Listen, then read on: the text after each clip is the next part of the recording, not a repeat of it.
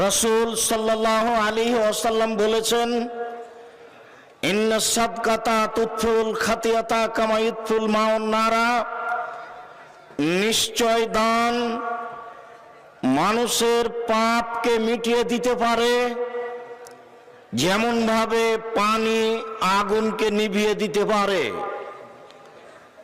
দান একটি ক্ষমতাধর ইবাদত, দান একটি শক্তিশালী ইবাদত।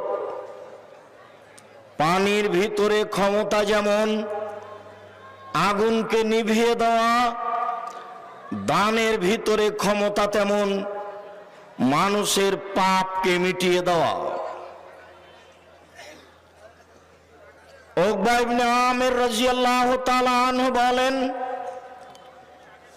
রাসূল সাল্লাল্লাহু আলাইহি ওয়াসাল্লাম বলেছেন, ইন্নাস সাদকাতা লা তুতফিউ হাররাল কুবুরে,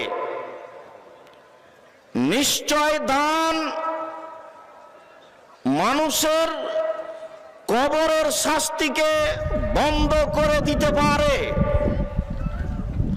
আপনি আপনার পিতার নামে, আপনার মাতার নামে দান করলেন, সেই দানের বিনিময়ে আপনার পিতামাতার কবরের শাস্তি বন্ধ হয়ে যাবে।